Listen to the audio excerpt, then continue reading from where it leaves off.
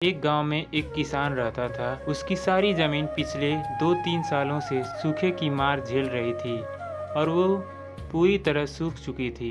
सर्दी का मौसम आ चुका था। किसान पेड़ के नीचे आराम कर रहा था। शाम हो चुकी थी, तभी उसकी नज़र पास बने बिल पर गई। वहाँ एक सांप अपना फन खाए बैठा था। किसान के मन में एक बात आई कि यह सांप तो सालों से यही रहता था, लेकिन मैंने इसकी कभी पूजा नहीं की और शायद यही वजह है कि मेरी सारी ज़मीन सूख चुकी है। किसान ने ठान लिया कि मैं हर रोज़ सांप की पूजा करूँगा। एक कटोरे में दूध ले आया और बिल के पास रखकर कहने लगा, हे नागराज, मुझे नहीं पता था कि आप यहाँ रहते हैं, इसलिए मैंने कभी आपकी पूजा नहीं की। मुझे क्षमा करें। अब मैं रोज़ आपकी पूजा करूँगा। किसान सोने चला गया। सुबह देखा तो उस दूध के कटोरे में एक चमक रहा था। पास जाकर किसान ने देखा तो वह सोने का एक सिक्का था।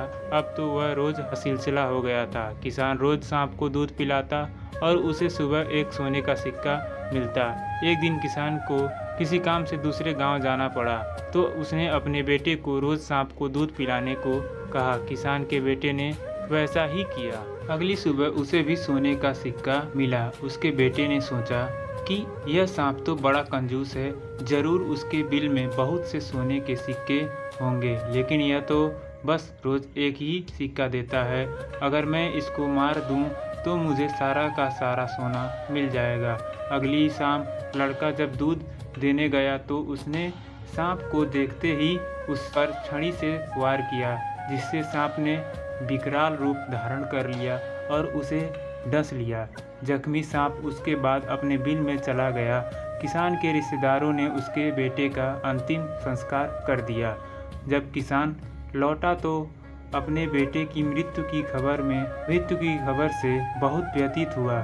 उसे सांप पर भी बहुत क्रोध आया, लेकिन सांप ने उसे सारी सच्चाई बताई तो किसान ने कहा, मुझे पता है गलती मेरे बेटे की थी, उसकी तरफ से मैं माफ़ी मांगता हूँ। किसान ने उसे दूध दिया और उससे फिर माफ़ी मांगते हुए कहा, कृपया मेरे बेटे को माफ़ करें। सांप ने कहा, उन लकड़ियों के ढेर को और मेरे सिर को देखो। दरअसल यह न तो तुम्हारे बेटे का दोस्त था और न ही मेरा। परिस्थिति ही कुछ ऐसी बन गई थी कि यह सब कुछ हो गया।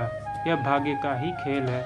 सीख, यह सच है कि भाग्य अपना खेल खेलता है, लेकिन हमारे कर्म भी मायने रखते हैं। लालच का फल हमेशा बुरा ही होता है।